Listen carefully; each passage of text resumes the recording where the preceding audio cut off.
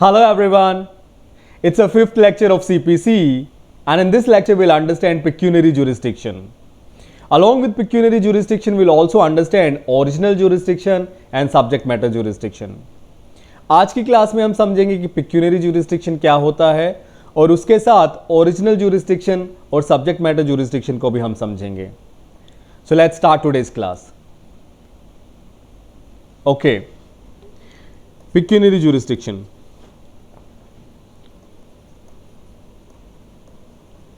Pecuniary jurisdiction. Pecuniary means monetary. Pecuniary means monetary. So it's a monetary jurisdiction. Means a jurisdiction related to money. A jurisdiction related to money. Hindi में इसको बोला जाता है आर्थिक क्षेत्राधिकार या फिर धन अधिकारिता. आर्थिक क्षेत्राधिकार या धन अधिकारिता इसको हिंदी में बोला जाता है. A jurisdiction related to money. Now in the previous class I told you that the respective state governments decides the pecuniary limits of every civil code. जो respective state governments होती हैं वो डिसाइड करती है कि सिविल कोड्स की pecuniary limit क्या होगी. इतने से इतने अमाउंट या वैल्यू तक का मैटर ये सिविल कोड डिसाइड कर सकता है, ट्राई और डिसाइड कर सकता है. इतने से इतने अमाउंट या वैल्यू तक का मैटर ये civil code try and decide कर सकता है. So this is decided by the respective state governments. Right now, pecuniary jurisdiction. So the pecuniary limits are decided by the respective state governments. Pecuniary jurisdiction is given under section 6 of CPC. Section 6 में pecuniary jurisdiction दिया गया है. Before reading section 6, let's understand the subordination of courts, which is given under section 3 of CPC. Subordination of courts, kind of hierarchy of civil courts. Section 3, subordination of court. Subordination of courts. कौन सा court किस court का subordinate है? This is given under section 3, a kind of hierarchy of civil courts. Now it says district court is subordinate to high court, and to the high court and the district court, civil court is subordinate. Civil court means civil judge. In civil judge senior division is there. Civil judge senior division and subordinate to civil judge senior division, civil judge junior division is there. Civil judge junior division. And at the bottom there is court of small causes या फिर small causes court. Small causes court. Small causes court. So this subordination of courts is given under section 3 of CPC. District court is subordinate to high court. District court high court के subordinate होता है, उसके नीचे होता है, और district court के और high court के नीचे होता है civil court means civil judge. Civil judge में civil judge senior division होता है और उसके नीचे civil judge junior division होता है. And then there is at the bottom court of small causes या फिर small causes court. Now my question to all of you is, you've got a cause of action, somebody has violated your civil right. So you've got a cause of action, you can institute a suit against this person who has violated your civil right. आपका civil right किसी ने violate कर दिया तो आपके पास cause of action आ गया कि आप इस person के against civil suit institute कर सकते हो. Now can you institute this civil suit in any of these courts? क्या ये आपकी मर्जी है? क्या ये will it depend on your desire that कि आप किसी भी कोर्ट में जाए और सूट इंस्टीट्यूट कर दे, आप सीधा डिस्ट्रिक्ट कोर्ट में जाके सूट इंस्टीट्यूट कर दे या सीधा सिविल जज सीनियर डिवीजन के पास जाके सूट इंस्टीट्यूट कर दे? क्या ये आपकी मर्जी है? Do you have this choice that you can go to any of the courts and you can institute the suit? जिस भी कोर्ट, जो भी कोर्ट आपको सही लगे, जो भी कोर्ट आपको अच्छी लगे, आप वहां पे जाओ और सूट इंस्टीट्यूट कर दो? The answer is no. तो कौन से कोर्ट में सूट इंस्टीट्यूट होगा और ये कहां पे लिखा हुआ है? For this section 15 is there. Section 15 says court in which suits to be instituted. मैंने आपको सबऑर्डिनेशन ऑफ कोर्ट्स बताया कि हाई कोर्ट के सबऑर्डिनेट कोर्ट है डिस्ट्रिक्ट कोर्ट, डिस्ट्रिक्ट कोर्ट का सबऑर्डिनेट है सिविल कोर्ट, मींस सिविल जज। इन सिविल जज सीनियर डिवीजन और उसके नीचे सिविल जज junior division, and at the bottom there is small causes court. Now मैंने आपसे पूछा कि क्या आपकी मर्जी है कि आप किसी भी कोर्ट में जाके अपने सूट को इंस्टीट्यूट कर दे if you got a cause of action, if somebody has violated your civil right? Then the answer is no. आप ऐसा नहीं कर सकते हो। This is not your choice that you can opt any of the courts and you can directly go and institute the suit. No. Court in which suits to be instituted, it is given under section 15 of CPC. Section 15 CPC में दिया हुआ है कि किस court में suit institute किया जाता है। Section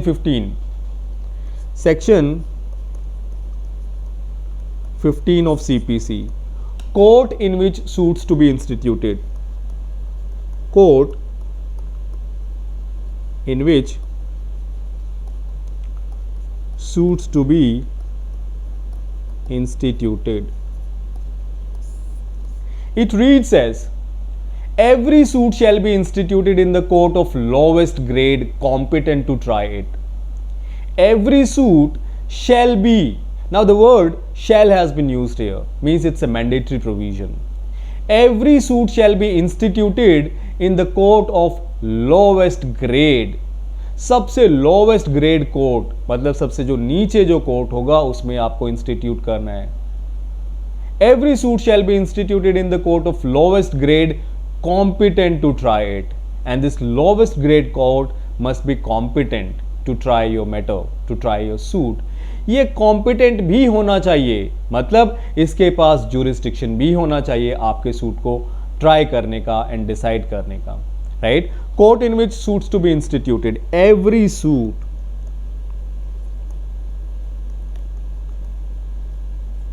shall be instituted in the court of lowest grade competent to try it. Competent to try it. Every suit shall be instituted. It's a mandatory provision कि हर सूट को इस तरीके से कहां पे इंस्टीट्यूट करना है? Every suit shall be instituted. हर एक सूट इंस्टीट्यूट होगा कहां पे? In the court of lowest grade. जो सबसे लोवेस्ट कोर्ट होगा, जो सबसे नीचे का कोर्ट होगा, वहां से आप शुरुआत करेंगे। ऐसा नहीं कि आप सीधा डिस्ट्रिक्ट कोर्ट में पहुंच गए, ऐसा नहीं कि आप सीधा हाई कोर्ट में पहुंच गए। द जनरल रूल ये है that every suit shall be instituted in the court of lowest grade competent to try it.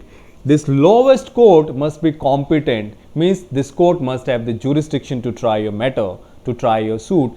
इसके पास jurisdiction भी होना चाहिए, subject matter jurisdiction, pecuniary jurisdiction और territorial jurisdiction की भी यहाँ पे हम बात कर सकते हैं, right? So this court, this lowest grade court must be competent, right? So section 15 says that every suit shall be instituted in the court of lowest grade competent to try it, means lowest competent court, lowest competent court.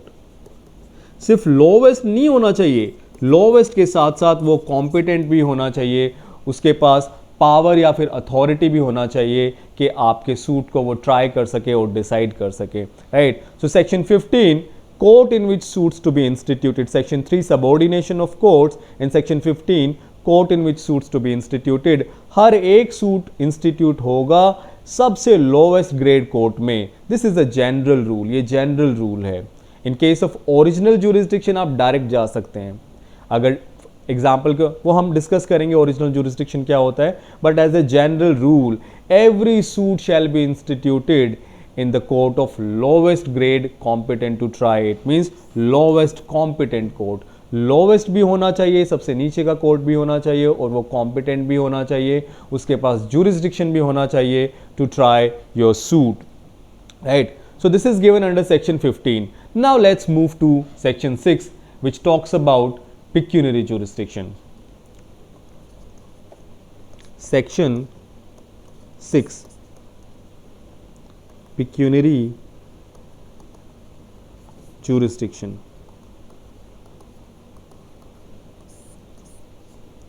Section 6, pecuniary jurisdiction. Section 6 क्या कहता है? Now let's read section 6.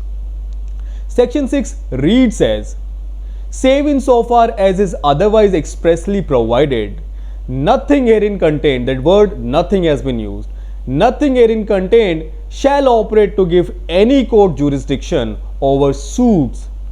Nothing herein contained, the word nothing has been used here. बहुत important होता है dissect करना, बहुत ज़्यादा important होता है कि आपको एक एक वर्ड पे एम्फसाइज करना है कि नथिंग का क्या मतलब है, हेयर इन कंटेंट का क्या मतलब है, एंड एवरीथिंग मैं बताऊंगा आपको. Section 6, pecuniary jurisdiction. Save in so far as is otherwise expressly provided, nothing herein contained shall operate to give any court jurisdiction over suits the amount or the value of the subject matter of which exceeds the pecuniary limit if any of its ordinary jurisdiction. क्या बोल रहा है section 6? Save in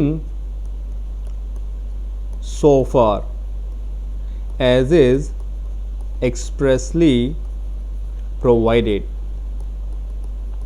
Save in so far as is expressly provided, nothing herein contained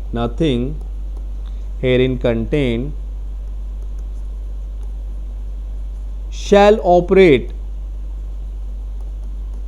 to give any court jurisdiction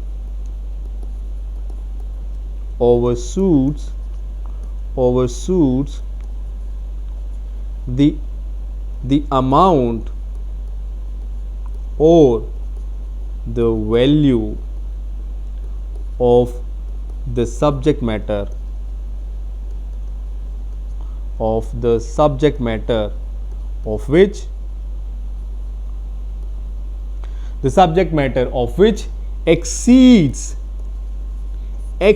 the pecuniary limits,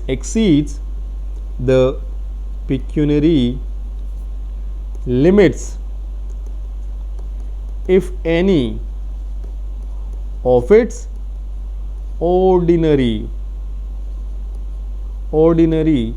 jurisdiction. Now pecuniary jurisdiction, section 6, save in so far as is otherwise expressly provided. इसका क्या मतलब है? Save in so far as is otherwise expressly provided का मतलब है कि अगर किसी स्पेशल लॉ में एक्सप्रेसली ये प्रोवाइड किया गया है क्या कि पिक्यूनरी लिमिट्स अगर नहीं भी है तो फिर वो कोर्ट ट्राई कर सकता है. अगर ऐसा किसी स्पेशल लॉ में है तो उसको सेव किया गया है यहां पे. सेव इन सो फार, अगर आपका कोई मैटर है जिसमें कि वो स्पेशल लॉ अप्लाई हो रहा है और उस स्पेशल लॉ में एक्सप्रेसली ये मेंशन कर दिया गया है, expressly categorically it has been written that the pecuniary limits are, it is immaterial if it exceeds the pecuniary limit, कि इससे कोई फर्क नहीं पड़ता अगर पिक्यूनरी लिमिट्स एक्सीड कर जाती है, still it has the jurisdiction. तो उसको सेव किया गया है यहाँ पे, राइट. तो ये एक तरीके से एक्सप्रेस बार वाला है कि अगर किसी स्पेशल लॉ में कोई अगर स्पेशल लॉ बना दिया है, कोई अलग से अगर लॉ बनाया है और उसमें अगर एक्सप्रेसली इस तरीके से लिख दिया गया तो उसको सेव किया गया है यहाँ पे, राइट. ये शुरू होता है सेक्शन यहाँ से. Now save in so far as is otherwise expressly provided, nothing herein contained shall operate to give any court jurisdiction. Nothing herein contained, herein means CPC. Nothing herein contained shall operate to give any court jurisdiction. CPC में जो भी लिखा हुआ है, nothing herein contained, that doesn't matter. और CPC को एक तरीके से यहां पे ये ओवरराइड कर रहा है section. Nothing herein content means nothing content in CPC shall operate to give any court jurisdiction over suits the amount or the value of the subject matter. The amount or the value of the subject matter of which exceeds the pecuniary limits of its ordinary jurisdiction. अगर आपके subject matter का amount या फिर value pecuniary limits को exceed करता है court की, तो उसके पास ज्यूरिसडिक्शन नहीं है उस मैटर को ट्राई करने का। आपका सब्जेक्ट मैटर, लेट्स सपोज आपने सूट इंस्टीट्यूट करा for the recovery of possession of the immovable property, और सब्जेक्ट मैटर आपका इमूवेबल प्रॉपर्टी है। उस इमूवेबल प्रॉपर्टी का अमाउंट या वैल्यू मान लेते हैं 12 लाख है, और जिस कोर्ट में आप उसको इंस्टीट्यूट कर रहे हो उस कोर्ट का पिक्यूनरी लिमिट 10 लाख है। इसका मतलब है कि you cannot institute this court in which you are going to institute this suit, in which the subject matter, the value, the amount और the value of the subject matter, जिसमें कि this subject matter जो कि immovable property है उसका amount या value exceed कर रहा है किससे? Pecuniary limits of that court. उस कोर्ट की पिक्यूनरी लिमिट्स 10 लाख की है और आपके सब्जेक्ट मैटर का जो अमाउंट या वैल्यू है वो 12 लाख है। सो इट एक्सीड्स, ये ज्यादा है from the pecuniary limits of the court in which you are going to institute the suit. यही चीज सेक्शन 6 बोल रहा है। Section 6 pecuniary jurisdiction, save in so far as is otherwise expressly provided, nothing herein contained shall operate to give any court jurisdiction. किसी भी court को jurisdiction नहीं देता है सीपीसी में जो भी लिखा हुआ है। Nothing herein contained shall operate to give any court jurisdiction. किस चीज में? overshoots the amount or the value of the subject matter of which exceeds the pecuniary limits if any of its ordinary jurisdiction. किसी भी ऐसे court के पास jurisdiction नहीं है उस मैटर को ट्राई करने का जो कि उसकी पेक्यूनरी लिमिट्स, जिसका सब्जेक्ट मैटर का अमाउंट या फिर वैल्यू उसकी पेक्यूनरी लिमिट से ज्यादा है। Let's take an hypothetical situation. Let's suppose I am a civil जज, मैं सिविल जज हूं, and the pecuniary limits of my court is ₹5 lakh. मान लेते हैं कि मेरे कोर्ट की pecuniary limits, pecuniary jurisdiction 5 lakh है। Somebody violated your civil right, you got the cause of action and you come to my court. The subject matter, जो subject matter है आपके सूट का, उसका अमाउंट या वैल्यू 8 लाख है, and the pecuniary jurisdiction or the pecuniary limit of my court is 5 lakh. Now the amount or the value of the subject matter of your suit is 8 lakh. It means it exceeds the pecuniary limits of the pecuniary limits of my court, pecuniary jurisdiction of my court. मेरे court का जो pecuniary jurisdiction है, जो pecuniary limit है, उसको exceed कर रहा है, उससे ज्यादा है आपके subject matter का amount या value. Now there are two terms used here, amount और value. Amount या फिर value किसका? Of subject matter. Subject matter. Amount और value of subject matter क्या कर रहा है? Exceeds the pecuniary limit. Pecuniary limit से ज्यादा है। अगर ऐसा है then that particular court will have no jurisdiction to try your suit, to try your matter, right? So section 6 में दो चीजें बहुत इंपॉर्टेंट हैं। एक, that amount or the value of subject matter exceeds, second is exceeds the pecuniary limits if any if any, because it is decided by the respective state governments of its ordinary jurisdiction, right?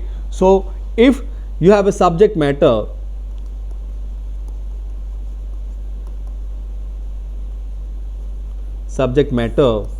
and the amount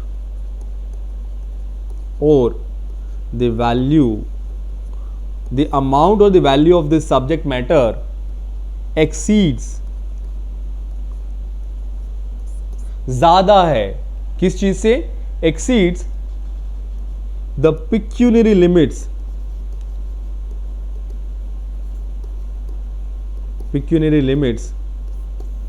or the pecuniary jurisdiction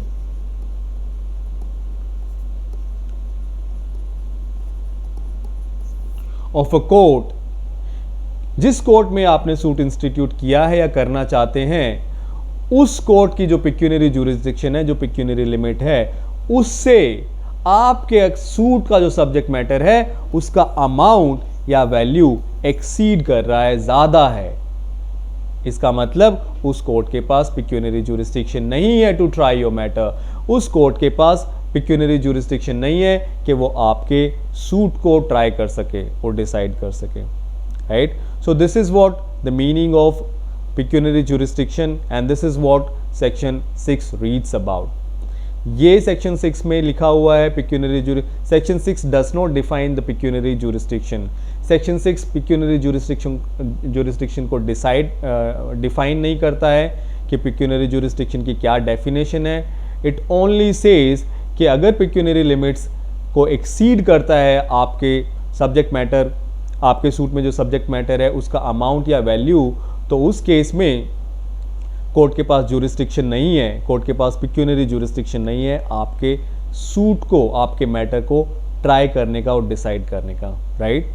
now let's read this section from the bare acts as well, और कुछ notes देख लेते हैं and after that will understand what is original jurisdiction and subject matter jurisdiction.